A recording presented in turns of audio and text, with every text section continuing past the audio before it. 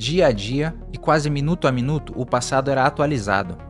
Toda a história era um palimpsesto, raspado e reescrito tantas vezes quantas fosse necessário. O terror de 1984 não está na violência, está na manipulação da memória. O partido não precisava que você acreditasse na mentira, precisava apenas eliminar a possibilidade de comparação. Hoje ninguém queima documentos, eles continuam online, arquivados, datados, acessíveis. E ainda assim, algo estranho acontece. Você acompanha uma notícia, dias depois vê a negação da mesma notícia, sem explicação clara, sem admissão de mudança, sem reconhecimento de contradição, apenas uma nova versão. Não entendeu ainda? Quer entender o que eu tô falando? Se liga. Em fevereiro desse ano, veículos de imprensa noticiaram que o Brasil havia elevado o imposto de importação de mais de 1.000 produtos, incluindo eletrônicos. A informação foi publicada com base em atos oficiais. Dias depois, o governo classificou a repercussão como fake news. Não vai ter nenhum aumento de imposto de importação para celular, notebook, gabinete, memória, roteador, processador, placa-mãe, LED. Nada disso vai ter aumento de imposto. Essa semana circularam muitas notícias falsas,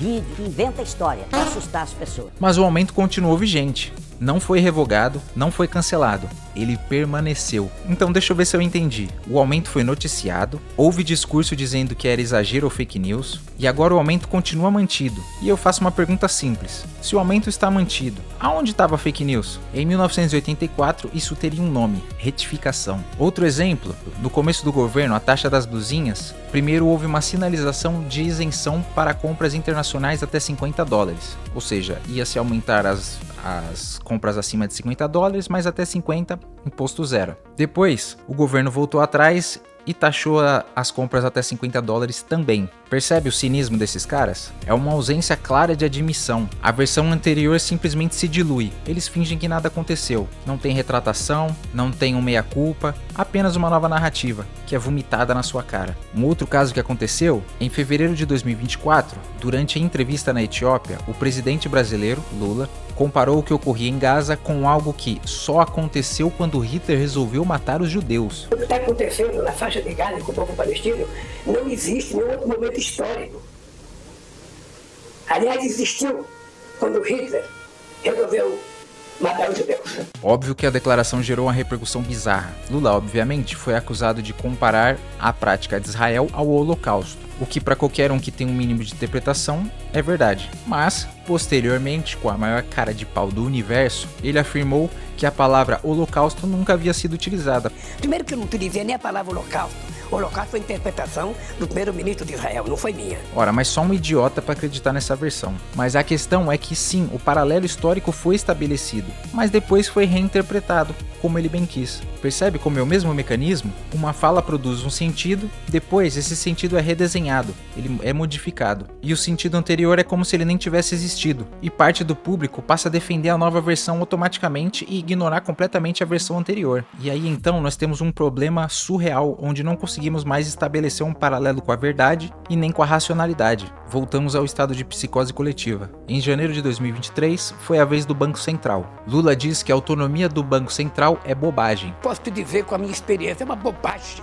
Mas meses depois, ao indicar o novo presidente para a instituição, a autonomia é elogiada e exaltada. Porque você vai ser o presidente com mais autonomia que o Banco Central já teve. Quinto e último exemplo aqui, durante as enchentes no Rio Grande do Sul, houve uma promessa pública de reposição de moradias para os atingidos. Ou seja, todos que perderam suas casas teriam novas casas. Que está em área que foi alagada, que perdeu a sua casa, tendo escritura ou não, tendo a posse, ele mora ali. Ele vai poder comprovar isso pela conta de luz, pela conta da água ou pela uma declaração da Defesa Civil ou da Secretaria de Assistência Social do município.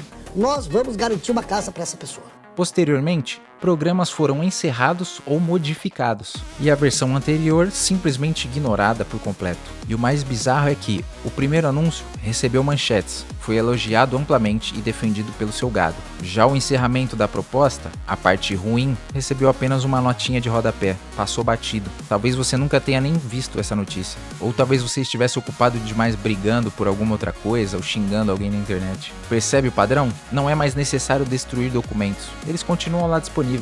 Tudo que eu falei aqui pode ser checado, pode ser pesquisado. O problema é que a velocidade das informações e a velocidade com que há conflito e consequentemente uma cortina de fumaça, ela é muito alta. O volume é grande demais. A polarização é intensa demais. Você pode até enxergar a verdade e construir uma linha do tempo, racional e tudo mais. Só que 90% da população está ocupada demais reagindo à próxima manchete, à próxima notícia. Talvez o Ministério da Verdade moderno não precise que você acredite na mentira. Só precisa que você aceite que a verdade é fluida, que tudo é interpretação, que tudo depende do lado político. Quando isso acontece, a contradição deixa de ser escândalo. Ela vira rotina, passa batido. E no final das contas, o Estado, nosso maior inimigo, ele aprende que ele pode anunciar, pode negar, pode reformular, reinterpretar e seguir adiante, sem que nada tenha acontecido, sem nenhum remorso ou medo de repressão, porque a atenção pública é curta e a memória coletiva é fragmentada. Não é preciso apagar o passado, basta avançar rápido o suficiente para que as pessoas não acompanhem. Em 1984, o partido precisava controlar todos os arquivos, todos os textos, músicas, livros. Hoje, talvez baste controlar apenas o ritmo. A pergunta não é se vivemos numa distopia, a pergunta é outra. Você ainda confia na sua própria capacidade de lembrar o que foi dito? Porque quando a memória enfraquece, a verdade deixa de ser aquilo que aconteceu e passa a ser aquilo que restou.